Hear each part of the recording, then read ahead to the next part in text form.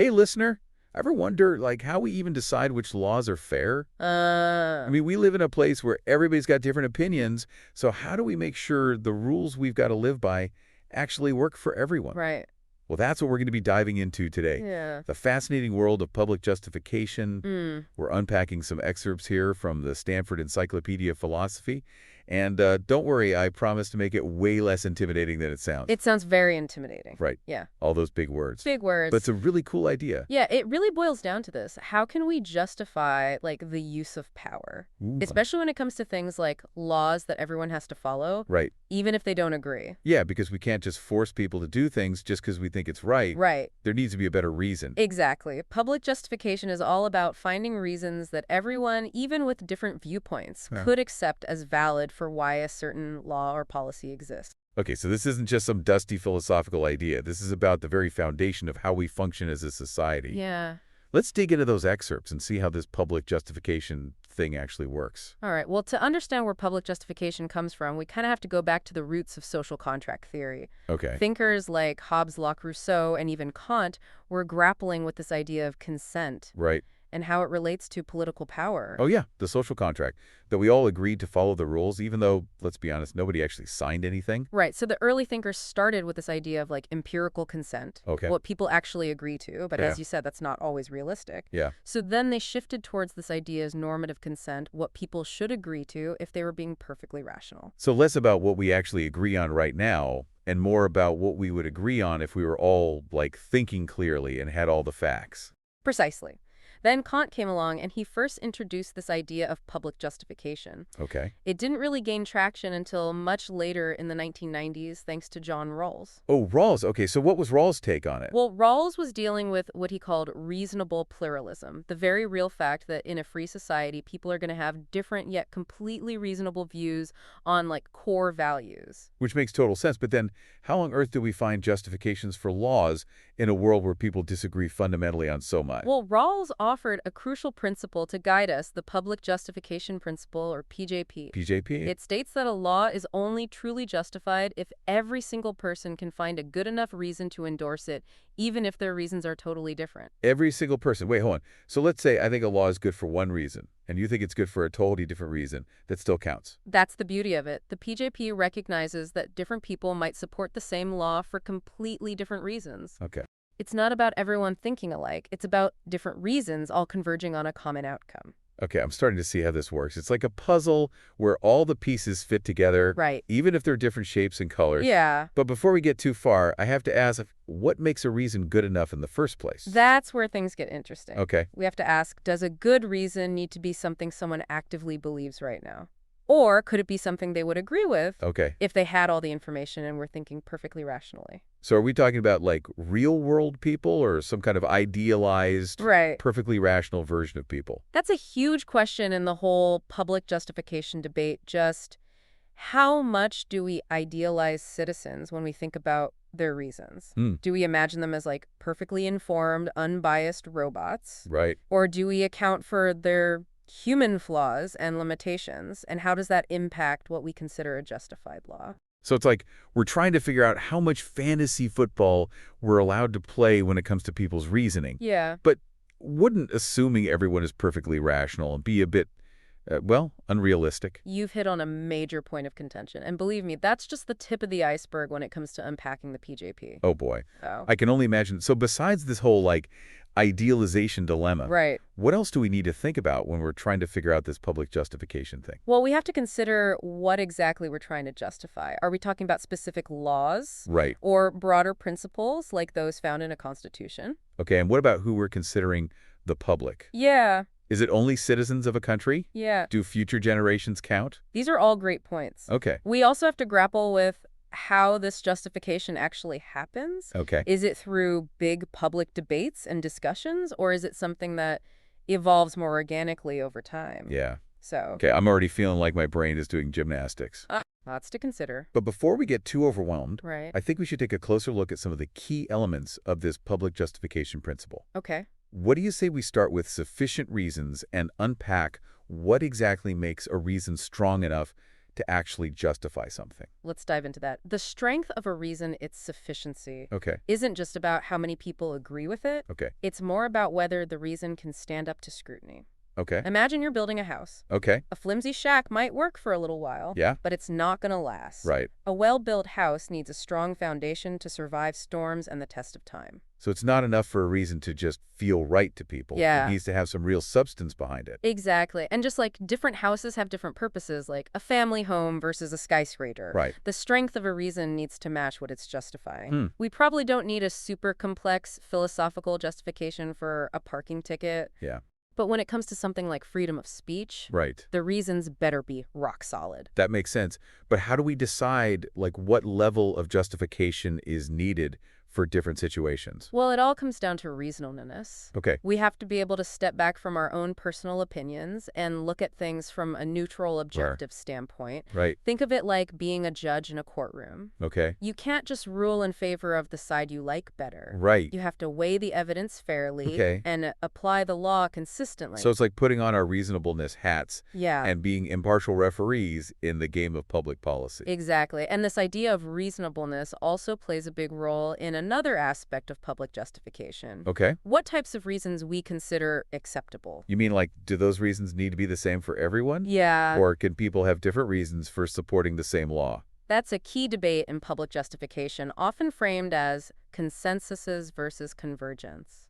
Okay, let's break those down. Okay. What's consensus all about? Think of consensus theorists as architects who love a universal blueprint. Okay. They believe that for a law to be truly justified, everyone needs to agree on the same basic reasons for supporting it. Okay. It's like everyone agreeing on the exact same design for a house, the layout, the materials, everything. So everyone's singing from the same reasonableness as hymn sheet. Exactly. But as you can imagine, getting everyone to agree on every single reason can be pretty tough. Yeah. Especially in a diverse society where people have such a wide range of values, that's where convergence theory comes in. Convergence sounds a bit more flexible. It is. Convergence theorists are like architects who embrace a more eclectic style. Okay. They say it's okay for people to have different reasons for supporting the same law, Okay. as long as those reasons are all valid and can coexist. Right. Imagine a house where each room has a totally different style. Maybe one is modern, one is Victorian, and one is rustic. I like that analogy. So it's less about everyone agreeing on every detail and more about, like, different paths leading to the same destination. Precisely. It's about making sure that everyone has solid reasons for their support, Yeah. even if those reasons are built on different foundations. Okay. I think I'm getting that, but I'm still kind of hung up on this whole idealization thing. How do we decide how much we need to, like, upgrade people's reasoning when we're thinking about public justification? Are we pretending everyone has a PhD in philosophy? That's a question that philosophers argue about all the time. Yeah. There's a whole spectrum when it comes to idealization. Okay. On one end, you have people's actual real-world reasoning with all its flaws and biases. On the other end, you have perfectly rational beings who know all the facts and make decisions based on pure logic. So on one hand, we have, like, realistic reasoning, and on the other, we have reasoning on steroids. Huh. That's a great way to put it. Of course, most theorists land somewhere in between those extremes. Right. We need to assume people are capable of being reasonable. Yeah. But we also can't pretend they're flawless robots. Right. It's like we're trying to find that sweet spot between respecting people's autonomy and acknowledging that we all make mistakes sometimes. Absolutely. And this idea of idealization becomes even more important when we consider what exactly we're trying to justify. Remember, we talked about granularity. Right. Whether we're justifying a specific law or a broader principle. Yes. Like something in a constitution. So how does idealization play into that? Think about it this way. If we're trying to justify a parking ticket, we probably don't need to assume people are perfectly rational geniuses. Right. Parking rules are usually pretty straightforward. Yeah, it's not exactly a philosophical dilemma. But when we're dealing with something like, say, freedom of speech, that's when idealization becomes more crucial. Okay. The reasons supporting that kind of fundamental right need to be strong enough to withstand any challenge. Because the stakes are much higher when we're talking about the core principles of a just society. Exactly. It's like the difference between building a garden shed and building a skyscraper. Right. You don't cut corners on the foundation of a skyscraper, and you shouldn't skimp on the reasoning behind fundamental rights. Makes sense. So we've covered sufficient reasons, reasonableness, consensus versus convergence and idealization. Okay. What else is there to consider when it comes to this whole public justification puzzle? Well, we also need to think about how public justification actually happens in the real world. Yeah. Is it a formal process, like a courtroom trial? or something more informal and organic? Right, because so far we've been talking about these ideas in a very theoretical way. Yeah. How does it all play out in practice? Well, there are a few different schools of thought on that. Some theorists believe that public justification requires actual dialogue and debate, where people openly share their ideas and try to persuade each other. So like a giant town hall meeting where everyone gets to voice their opinions. Exactly. Others focus more on finding principles that are inherently fair and reciprocal, even if people don't actually sit down and debate them. So it's less about the process of arguing and more about the outcome being just. Right. Then you have theorists who see it as a kind of bargaining process where people negotiate and try to reach agreements that benefit everyone involved. Like a giant game of let's make a deal where everyone tries to get the best possible outcome. You could say that. And finally, you have evolutionary theorists who believe that public justification doesn't necessarily require any conscious deliberation or agreement at all. Interesting. They think that justified norms just naturally emerge over time through a process of social evolution. So it's like survival of the fittest for ideas. The most reasonable and justifiable ones eventually win out. Exactly. It's like how languages evolve. Nobody planned it, but certain words and phrases become more common because they're more effective. Wow, so many different ways this whole public justification thing can supposedly work. But I have to ask, is there any guarantee that it actually will work? That's the million-dollar question. Right. And honestly, there's no easy answer. Okay. Public justification is an ongoing process, and there's always a chance it could fail. Yeah. Maybe people are unwilling to engage in reasoned debate, or maybe they just can't agree on what a good enough reason is. Right. So even with all this philosophy, there's no magic formula to ensure we have a perfectly just society. Unfortunately not. But that doesn't mean we should give up on the whole idea of public justification. In fact, I think understanding these concepts is more important now than ever, especially in a world where people seem to be more divided than ever. It's like we need a reasonableness software upgrade to deal with all the complexities of the 21st century. I like that.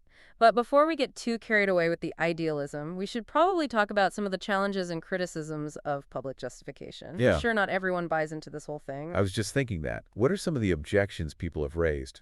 Well, one common criticism is that it's just too idealistic. Public justification assumes people are going to be rational and engage in good faith debate. Yeah. But the reality of politics is often much messier than that. Because in the real world, decisions aren't always based on logic and reason. Right. Right? Sometimes it's more about who has the most power or who can shout the loudest. You got it. Another criticism is that public justification can't address every important issue.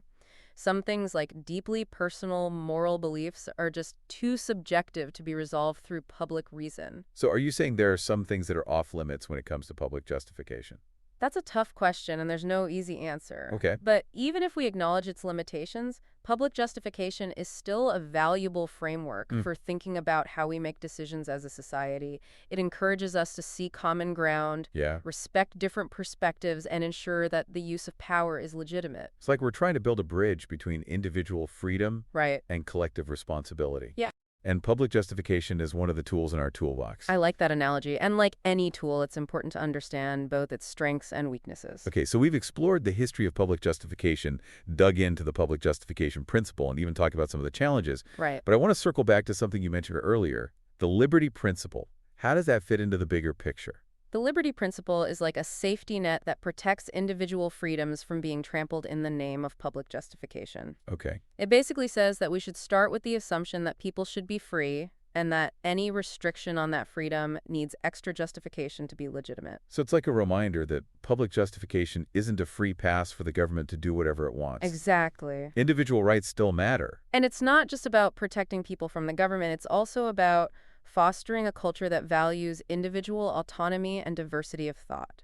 The liberty principle reminds us that a truly just society allows people to pursue their own goals and values, as long as they don't infringe on the rights of others. So we have public justification ensuring laws are based on solid reasons everyone can get behind. Right. And we have the liberty principle acting as a safeguard against any potential tyranny of the majority. Right. They work together to create a balance. Precisely. All right, my brain is officially full. Lots to think about. But before we overload our listener circuits, Let's talk about why any of this actually matters. Because I'm sure some people are thinking, okay, this is all very interesting, but how does it affect my life? That's the question we'll explore in our next segment. Okay. Because while this might seem like a lofty philosophical concept, public justification actually has real-world implications for how our society works, how laws are made, and even how we interact with each other. So listeners, stick with us. So we were talking about how this public justification thing can impact us in real life. Right, like how does it actually show up in our day-to-day lives? It feels kind of big and abstract. Well, it's all about the rules and laws that we live by, like traffic laws or regulations about the environment or laws about things like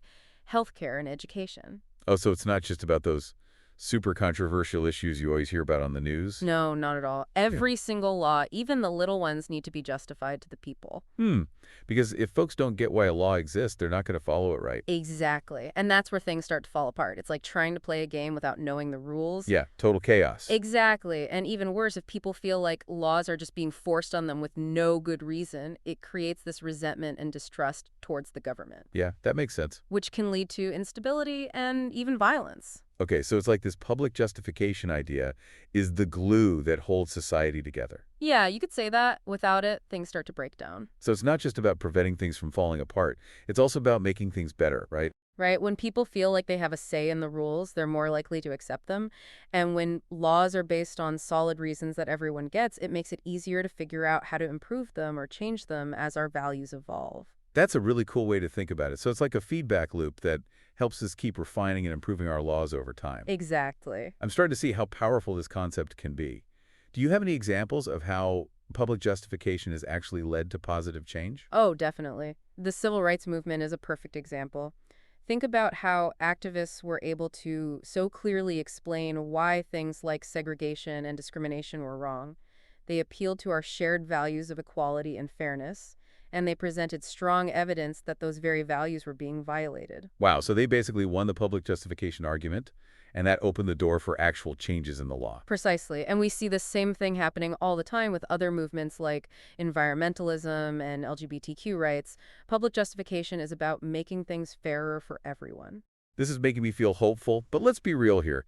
This whole public justification thing sounds like a ton of work.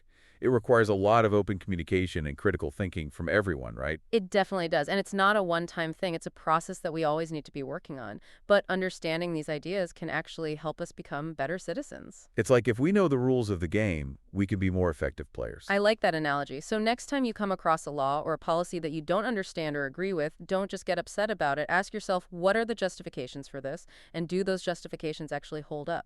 It's like putting on our public justification glasses and really examining the world around us. Exactly. And don't be afraid to have respectful conversations with people who might see things differently.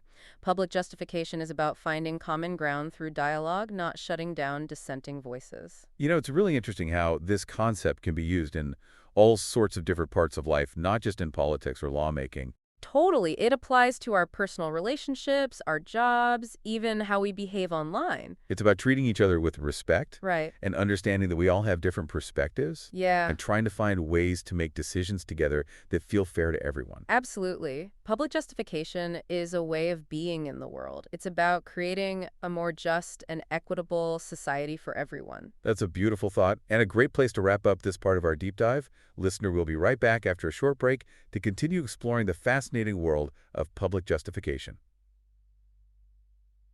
Welcome back, listener. We've been unpacking this whole idea of public justification, but now let's talk about how it actually affects us in real life. Yeah, public justification, it's kind of like the foundation of a healthy democracy. It helps to hold a diverse society together, ensures the rules we live by are fair and legit, even if we don't personally agree with every single one. Okay, so paint me a picture here. How does this show up in our daily lives? Give me some examples. Well, think about like all those laws we bump into every day, traffic laws, environmental regulations, laws about healthcare and education, all that stuff. So it's not just about those big controversial issues that are always in the headlines? Right. It's not just about the hot button stuff like abortion or gun control. Every single law, even the little ones, needs to have public justification. Because even a tiny little law can affect people's lives in a big way. Exactly. And if folks don't understand or accept the reasons behind a law, they're less likely to follow it, and that's when things start to break down. Right, it's like trying to play a game where nobody knows the rules. Exactly. Total chaos. And on a bigger scale, if people feel like laws are being shoved down their throats without any good reason, it just breeds resentment and distrust towards the government. Oh yeah, that makes sense. And that can lead to instability and sometimes even violence. Okay, so public justification is like the oil that keeps the gears of society turning smoothly. Yeah, I like that analogy. Without it, things get rusty and eventually grind to a halt. And it's not just about keeping things running smoothly, right? It's also about making things better. Absolutely. When people feel like they have a voice in shaping the rules, they're more likely to buy into the outcome. And when laws are rooted in solid justifications that everyone can understand, it becomes much easier to see where things might be falling short Okay? or where we need to update things to reflect our values. So it's like this feedback loop that's always helping us to refine and improve things over time. Precisely. A great example of this is the civil rights movement. Okay? One of the key reasons it was so successful was because activists were able to articulate really clearly why segregation and discrimination were wrong. They appealed to those shared values of equality and fairness, and they had the evidence to show that those values were being violated. So they basically won that public justification argument. And that paved the way for legal and social change. Exactly. And we see this same dynamic at play in a lot of other social movements too, like environmentalism and LGBTQ plus rights. Public justification isn't just about preserving the status quo, it's about creating a more just world for everyone. This is honestly making me feel inspired. But being realistic for a second, achieving public justification, that's got to be a lot of work, right? It takes open dialogue, critical thinking, a willingness to compromise. Oh, for sure. It's not easy and it's a never-ending process. But that doesn't mean we shouldn't strive for it. In fact, I think that really understanding the ideas behind public justification can help us become better, more engaged citizens.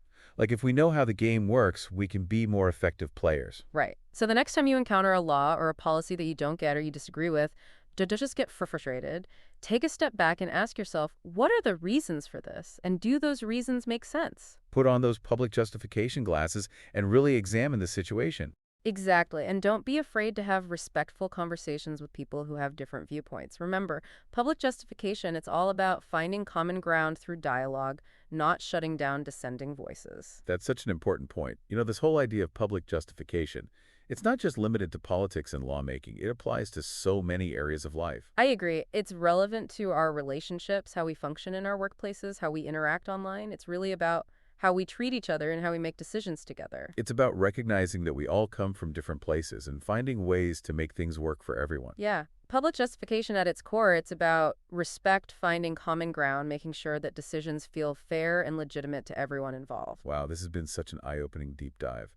Public justification, it's not just some dusty old philosophical idea.